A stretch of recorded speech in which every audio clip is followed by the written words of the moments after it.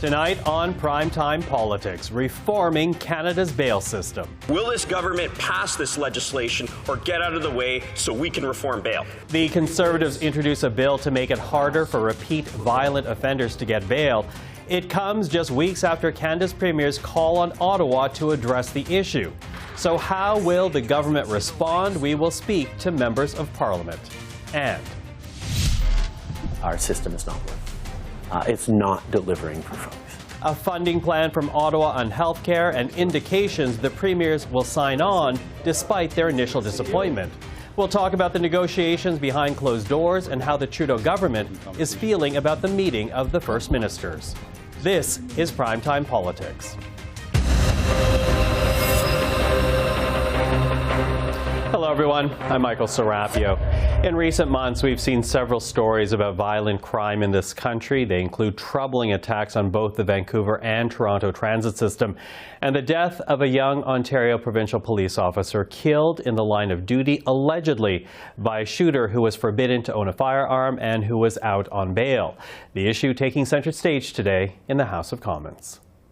After 8 years of inaction, the bail system has never been worse. Canadians feel unsafe. 32% increases in violent crime. Gangland homicides up 92%. No more talk. Canadians want action. We are ready to start the process with bail reform on a very long journey. Will they help or get out of the way?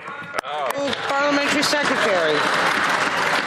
Madam Speaker, we will agree on one thing, that all Canadians deserve safety and that their government needs to take their safety as a fundamental priority. Where we don't agree is that there are foundational issues that relate to criminal justice problems and the overrepresentation of certain communities in our criminal justice system. Things like systemic racism, things like colonial legacies vis-a-vis the Indigenous community. What I would reiterate is that what we need is the cooperation of all parties to tackle these multiple issues that lead to criminality in our society. When we address the root causes, such as mental illness, such as addictions, such as systemic racism, that is when we can truly achieve the goal of keeping our communities safe. Now, in that snippet, you saw Conservative Frank Caputo, the Member of Parliament for Kamloops Thompson Caribou, a former Crown prosecutor. He introduced a bill yesterday that would toughen the bail system in this country. He joins us right now to talk about that. And along with Mr. Caputo, we're joined by Greg Fergus, Parliamentary Secretary for the Prime Minister, and the Liberal MP for Hull-Elmer in Quebec. Hello to both of you. Hello, Michael. Listen, Mr. Caputo, I'm going to get you to start us out here. Why this bill? Why now? Well, why this bill? The reason is really what you outlined earlier, Michael. The premiers have been asking for bail reform, police have been asking for bail reform, and most importantly, Canadians have been asking for bail reform.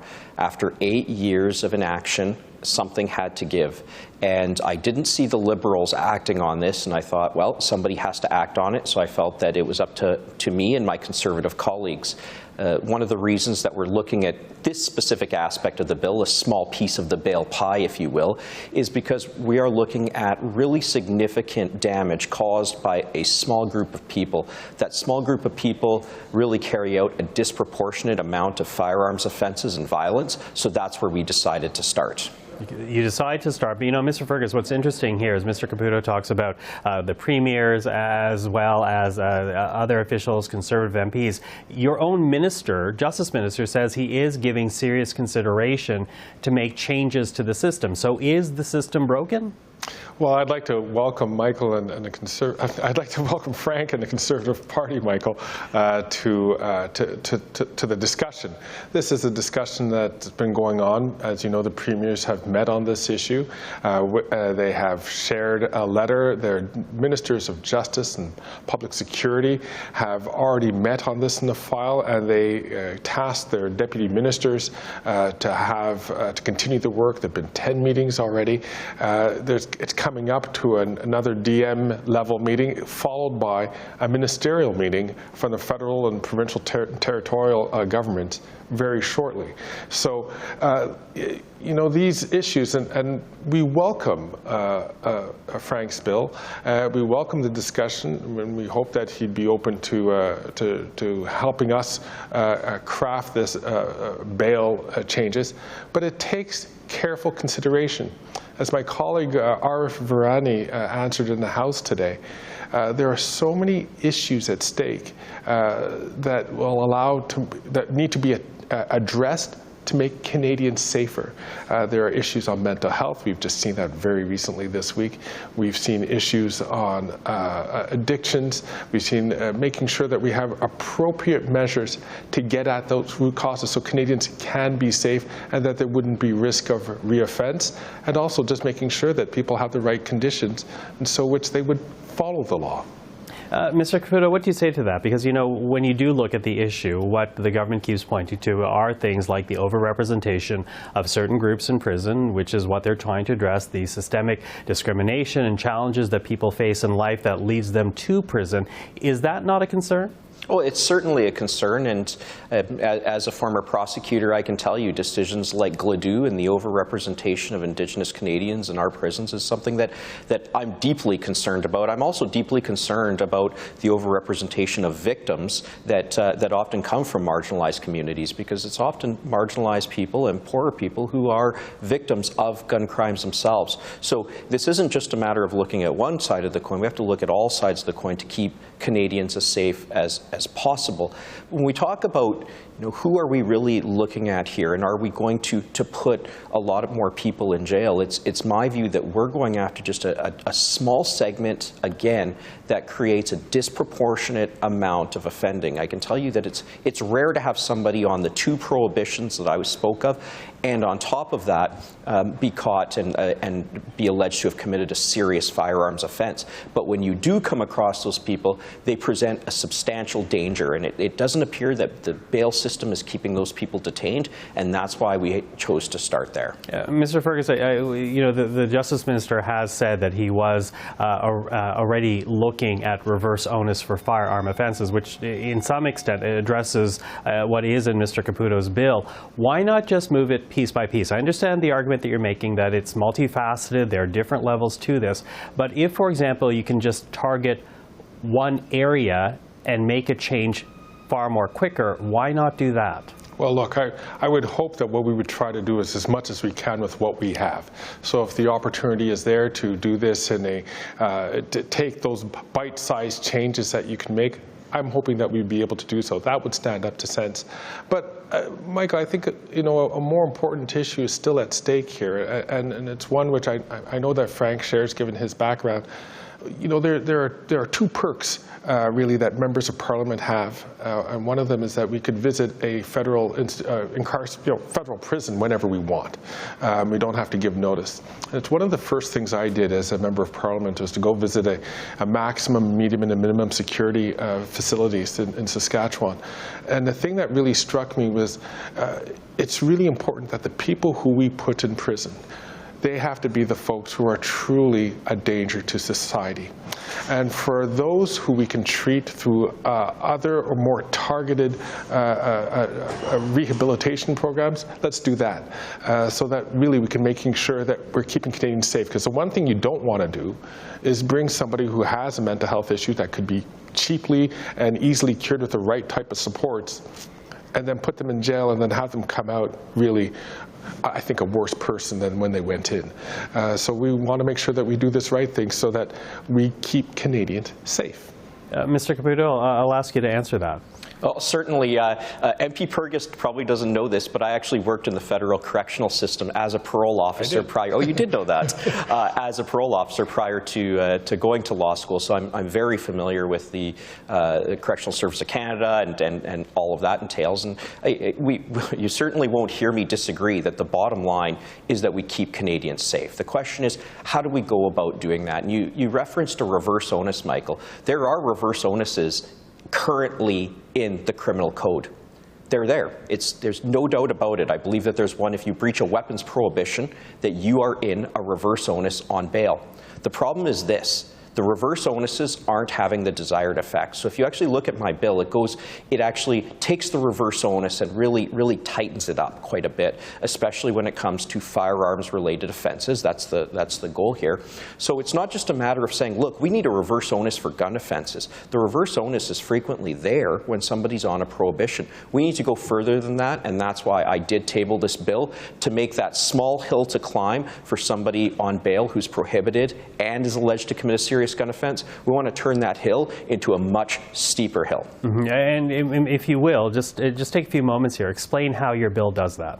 Well, what the bill does is it does it in a couple of ways. It only targets people who have been prohibited from serious offenses, typically things like robbery, murder, assault with a weapon, or a judge has said you are prohibited from possessing a firearm because you meet the requirements to no longer have a firearm. And if you look at people then who commit a serious gun offense, like possession of a handgun with loaded or with ammunition, pointing a firearm, discharge with intent, so that's like a drive-by shooting. If you fall into that category, we've said the principle of restraint should no longer apply.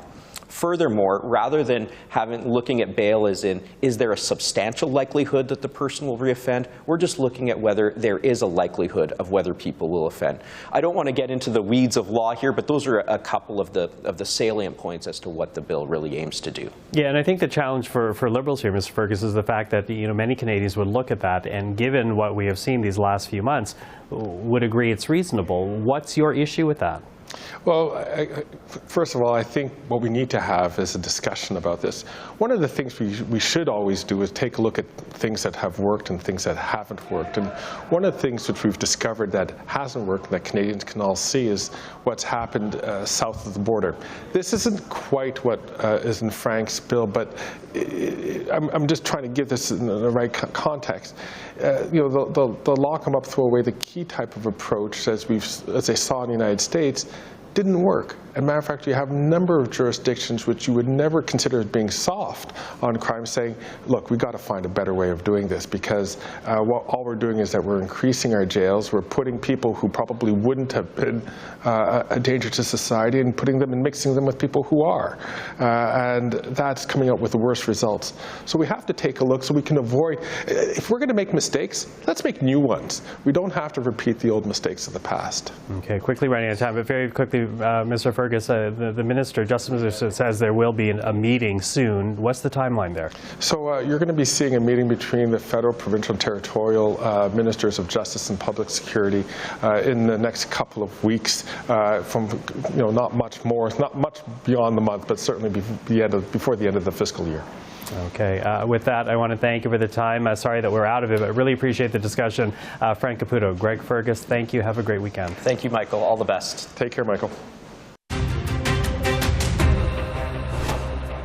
Well, let's take a look now at the other stories making headlines on this Friday, beginning with the former Premier of British Columbia, John Horgan. Now, Mr. Horgan stepped down from BC's top job last year after receiving treatment for throat cancer. Yesterday, he told the legislature he's now cancer-free, and today announced his next step will be to leave provincial politics altogether. Mr. Horgan is expected to step down officially sometime in March. Canada's hot job market continues its winning streak. StatsCan saying 150,000 jobs were added in January. Analysts had only expected 15,000 new positions. It is good news for many, but might also lead to another rate hike from the Bank of Canada. Its next rate decision is scheduled for March the 8th. And the Defense Minister was in Washington today selling Canada's critical minerals for continental defense, but was also asked questions about the suspected Chinese spy balloon and why Canada did not shoot it down when it was in Canadian airspace. We were, as I mentioned, examining the trajectory and analyzing the balloon, including the height of the balloon and the contents of the balloon, and determined that it posed no imminent risk to Canadians at all. And of course, we were watching it very carefully to ensure that we were doing what is necessary to protect Canadians, and we were doing that in the context of the NORAD relationship, of course, so that when the United States made that decision to shoot it down, Secretary Austin did thank Canada because we were making these decisions jointly about imminent threats. Meanwhile, the White House did announce that a second high-altitude object was shot down today, this time shot down over Alaskan airspace. No word yet if the object was another Chinese balloon, but U.S. officials say it did pose a threat to civilian flight. Well, let's get back to bail reform and the other top stories of the week. That includes the meeting of this country's first ministers in Ottawa, where they did receive the federal government's offer on health care. Billions less than what the provinces were looking for, and a deal the premiers will be talking about on Monday in a virtual meeting. And also this week, dissension within the Liberal ranks as Montreal area MPs speak out against their own government's Official Languages Act. Well, with more on the issues of this week, let's bring in our journalist panel for this Friday. Joël-Denis Bellavance is the Ottawa bureau chief for La Presse. Tonda MacCharles is parliamentary reporter for the Toronto Star. Bob Fife, the Ottawa bureau chief for the Globe and Mail. Nice to see all three of you. Thanks for having us. Yeah. So we just heard from Conservative MP Frank Caputo, who did introduce that private members bill. Bob, let's begin with you and the issue of bail reform. This is a private members bill. They don't really stand much chance of getting passed. How does this bill fare? What are the chances for it? Well, the bill's not going to pass Parliament at all, but the Conservatives are jumping on an issue that Canadians care about. A week ago, they were very successful in helping to force the government to pull back the gun legislation, and now they're on the bail reform. And, you know, the premiers have already jumped on this. They've sent a letter to the Justice Minister saying we need immediate action on rolling back the bail laws that we now have in this country so that there is an onus put on people who are violent offenders with involving gun crimes. The onus has to be on them to tell the bail reform people that they can be let out. The onus has got to be on them. This is what the Conservatives have been jumping on as well. So it's going to be a feather in Mr. Poilievre's cap regardless, because he jumped out on the issue, the premiers have followed along with him, and the government, the Justice Minister's already said he's going to look seriously at this when he meets with his Justice Ministers very soon, provincial Justice Ministers, so they are going to, the government is going to have to deal with this issue. Okay, I'll pick up on that point though, because two things really, because yes, here you have a private members bill, but it was an opposition day in which it was introduced. You saw there behind Mr. Caputo the opposition leader as well as the justice critic, so really the full force of the party behind Mr. Caputo in that announcement on Thursday. But the Justice Minister has already said it's an issue they're talking about, he's talking about with his counterparts. Does that in any way, Tonda, take away the argument or the power of the argument from the Conservatives? Only slightly. I mean, the fact of the matter is the Conservatives will score some political points on it, depending on how far the government goes to narrow the ability to get bail, especially when it comes to firearms offenses. And that's what everyone's talking about. The premiers, big city mayors are concerned around gun offenses mainly and repeat offenders in that respect. And, you know, the premiers have asked for a more narrow crafting of it. The Conservatives want it to apply more broadly. There are big concerns in this country, however, about stacking up people as a result of bail in jails, provincial jails, by the way, where there's really nothing. It's dead time waiting for trials. So there's a tension there. I think that you'll see the government try and keep it fairly narrowly focused on gun offenses and specific gun offenses and repeat offenders if they do move on it. But the fact of the matter is, you know, they moved several years ago to respond to a court ruling that tried to address the problems more broadly in the jail system and the impact on Indigenous and minority communities who tend to bear the brunt of bad bail decisions. So I don't see this government going too far down the road if they fear that it's going to have reverse sort of the impacts on Indigenous and minority groups. Yeah, and I was going to ask about that because, of course, Bill C-75 is signature for the government because it does address the things that the Trudeau government has been talking about since day one, overrepresentation of certain communities in the incarceration system, the systemic challenges and discrimination that actually lead people to jail. So, Joël-Denis, given that this was the signature piece from the Liberals, is there any way they can introduce an amendment, toughen anything up within those measures without actually losing face amongst their core group of supporters? Well, that's the big question, and that's why you could say that you could see that the Justice Minister is saying that he's thinking about it because he wants to make sure that he's got the right approach to it. But clearly, the Conservative Party is trying to build a narrative of the next election. You've seen them focusing on the economy, inflation, rising cost of living, but also they want to be portrayed as being tough on crime. That's been their bread and butter since the Conservative Party has been around, and they want to recapture that. And we talk about, early bails for some people, but in Quebec there was a big issue lately that caused a lot of noise, and it was the release of a repeated sexual offender into the community that got a lot of attention. So the pressure is not only outside Quebec but also inside Quebec as a result of those actions that took place. And those are easy slogans, right? They're easy political slogans. Tough on crime, soft on crime, catch and release. But a debate around something like bail reform does call for a sophisticated look at the justice system and the impacts and the resources that are in there in the system to either monitor people who get out on bail or make sure that trials are held speedily for those who don't get out on bail. You're not going to get that from the Conservatives. Look, when Stephen Harper was in power, he consistently brought in pieces of tough on crime legislation that the Justice Department said will never pass the courts because they are in violation of the Charter of Rights. He didn't care. He put them in because it was red meat for his base. And then when the court struck it down, he said, see, look, these judges are not responding to the wishes of Canadians. And in doing so, he undermined faith in the justice system or in the court system.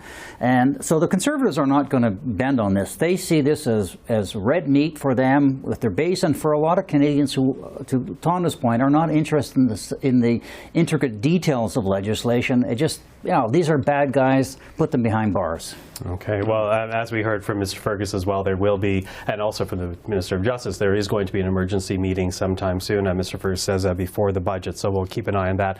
Let's switch over to healthcare now, because obviously a huge topic with the First Ministers this week in Ottawa. Tonda, the provinces, when we heard Heather Stephenson speak right afterwards, after their meeting with the Prime Minister, she used the word disappointed, and yet then quickly we see PEI, we see Newfoundland Labrador, we see Ontario all saying we can work with this. Are you surprised by that? No, I'm not, because the meeting wouldn't have been held, actually, if they hadn't had at least a good shot of getting most premiers on board. And I'm told they have all governments indicating that they want to get those deals and that money into their springtime budgets. So I'm not surprised that while they said it's a disappointment, everybody had to put some water in their wine for the short term, because I think there was an impatience on Canadians' part, given everything we saw in ERs and hospitals, the crisis in the system over the past several months, impatience with the political toing and froing and passing the buck. I think people did want to see something happen. But look, this doesn't buy long-term peace. The provinces are disappointed. It is not a lot of money. It's not a lot of new money into the system. And there are already scheduled increases coming down the pike for them, and this is on top of that.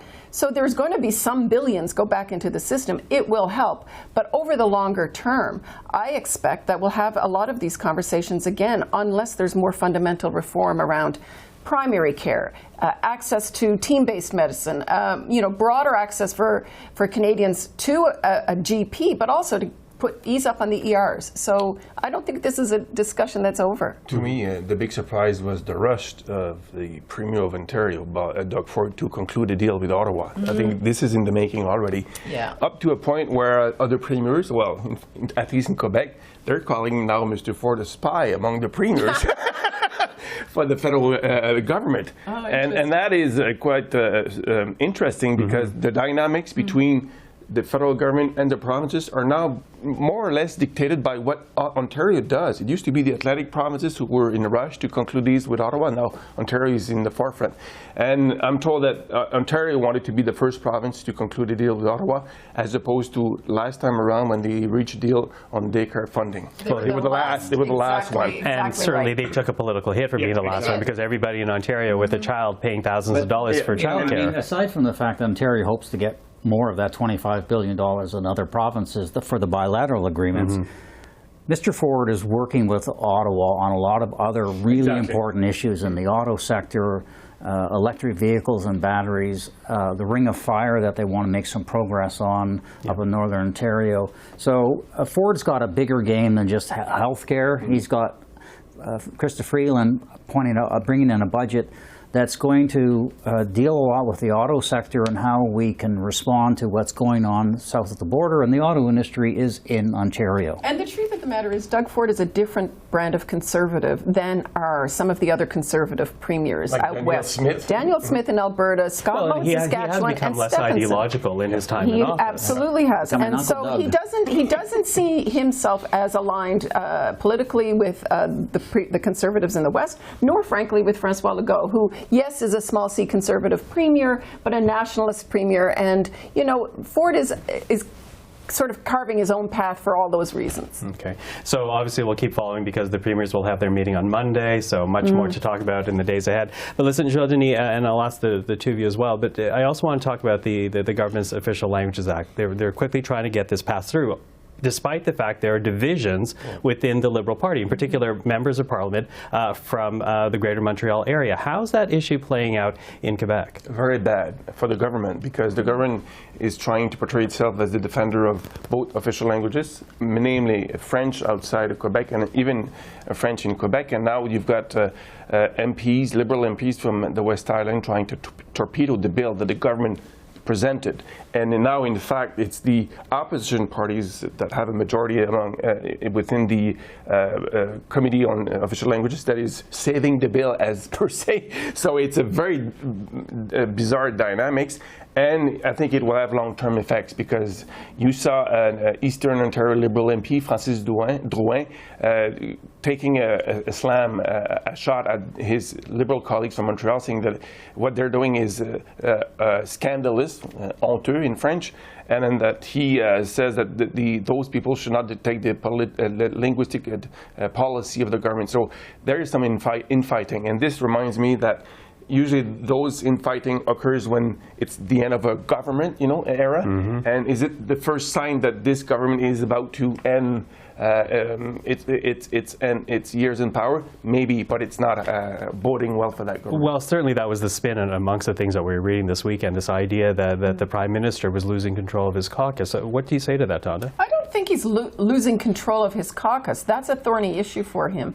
But look, this caucus has still, there might be grumblings inside, but there's still a caucus that on many issues, if you talk to them about how they think the government's doing on X, Y, or Z, most of the time they're still on board with how the government's conducting itself. But that doesn't mean to say that there isn't also some fatigue with Mr. Trudeau's leadership of the party, and that will be an unfolding story over the next 2 years. The problem is they risk Quebec. Yeah. 75 seats. And they blew it up on the Islamophobic advisor, which did not go over very well in Quebec.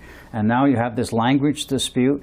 If a lot of those voters decide to go to the Bloc Québécois, or some of them are bleed off to the Conservatives, that's a problem for the Liberals, a big problem. Absolutely. And again, not yet passed, but something we're going to be watching very closely as it continues to make its way through committee. That's all the time we have, sadly. I feel like I need to invite the three of you for brunch so we can continue this conversation. But for now, Tonda, Joël-Denis, Bob, thank you so much. Thank you, Michael. Have a good weekend. You too. Yeah. And that is our program for this Friday, February the 10th. For everyone here at CPAC, thank you for watching. I'm Michael Serapio. We'll see you again tomorrow.